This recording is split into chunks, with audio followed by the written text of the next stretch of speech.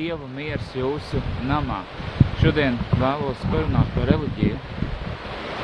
Vai lūkšana ir reliģija, vai Bībeles lasīšana ir reliģija, vai gavēns ir reliģija. Esmu dzirdējis no cilvēkiem, kur saka, ka gavēns ir tāda vienkārši reliģiska būšana, bet es zinu to, ka ja mēs skatāmies, piemēram, Jēzus nekad nepamet farizējiem rakstu mācītājiem to, ka viņi gavēja vai dzīvoja svētu dzīvi vai daudz lūdz. Jēzus Kristus pamet par to, ka viņi liekuļoja Dievu priekšā, viņi liekuļoja Jēzus Kristus priekšā. Tad viņi liekuļoja cilvēku priekšā, viņi nemeklēja patiesu avotu, tas ir Jēzus Kristus, dzīvo un patieso Dievu, Ābrahamu, Īzaku un Jākabu Dievu. Viņi visu to darīja reliģiskos nolūkos, lai izpatiktu cilvēkiem. Tad reliģija ir liekulība. Tad, ja mēs liekuļojam un ja mēs meklējam cilvēku priekšā kaut kādu atzinību, tad tā ir vienkārši reliģija. Bet, ja mēs lasām Bībeli, ja mēs lūdzam Dievu, meklējam patiesu avotu, Jēzus Kristu, tā vairs nav reliģija. Un, ja es saku, bez svētas dzīves jūs neredzēsiet to kungu, tad caur svētu dzīvi, caur attiecībām ar Jēzus Kristu, jūs varat iegūt patiesu svētību, patiesu dzīvību, patiesu mīlestību. Un tad reliģija ir liekulība, vienkārši liekulība. Es kādam cilvēkam arī teicu par to, ka, ja tu gribi būt ticīgam cilvēkam, kristietim teicu, ja tu gribi būt pasaules draugs, tad tu nostājies par Dievu ienaidnieku, viņš vienkārši smējās. Jo daudz uzskata to, ka dzīvot svētu dzīvi, praktiski tā ir reliģija. Tā nav reliģija. Vienkārši, jo farizēju rakstu mācītāji, kā viņi teica, ja viņi bija līdzīgi nobaltātiem kapiem, no ārpus viņi bija balti un skaisti, ja cilvēki priekšā, bet iekšpus viņi bija pilni viroņu kauliem. Tad neizmainīta dzīve.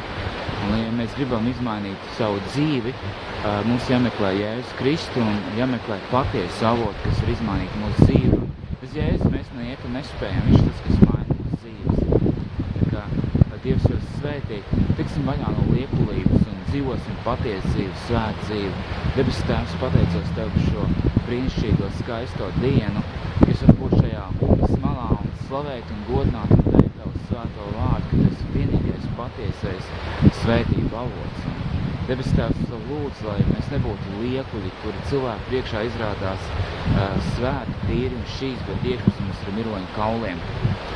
Debes Tēvs, ka mūsu iekšpus, ka mūsu garīgais cilvēks ir izmainīts. Un kā apostols Pāvils arī Debes Tēvs teica, ka viņam iekšējais cilvēks ik dienas atjaunojās un pārveidojās Jēzus Kristus līdzībā. Un es lūdzu Debes Tēvs tiešām izmaini mums katru, lai mēs nelīdzināmies, jo Jēzus teica, ja mūsu taisnība kā farizējiem rakstu mācītājiem, mēs nenāksim Dieva valstībā.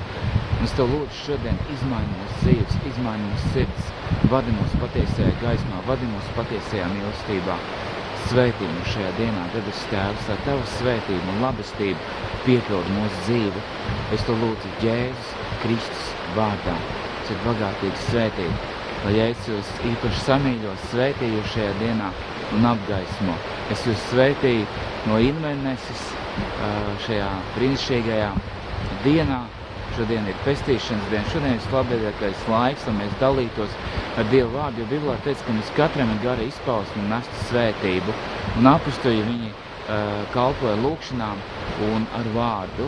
Un es arī lūdzu un kalpoju ar vārdu, un es esmu par svētību. Un tas bija kādam par svētību, to, lai mēs nedzīvojam liekulīgu dzīvi, bet mēs dzīvojam patiesās attiecībās ar Jēzu.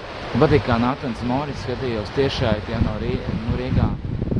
Viesojas Nātans Moris, evaņģelists, un viņš teica tā, ka mēs esam pārklāti Jēzus Kristus asinī, un vēlns neredz mūsu iekšieni, ja? Viņš neredz mūsu dzīvi, mēs esam apslēpti Kristus asinīs, un tāpēc varbūt kāds skatās mani vai tā, bet neviens var ieskatīties manā sirdī, Kristus ieskatās manā sirdī, un viņš zina man iekšējo cilvēku, un kāds esmu, tāds esmu, nekad neesmu liekuļojis, un nekad neesmu bijis liekos cilvēku acīs, cilvēku priekšā, es vienkārši tāds, kāds esmu, es nesu Dievu vārdu un gribu būt par svētību jums katram, kas mani klausās, esiet bagātīgi svētīti, un es tiešām Lūdzu, Kristus, viņš pārklāj uz savām asinīm un jūs svētīs šajā dienā.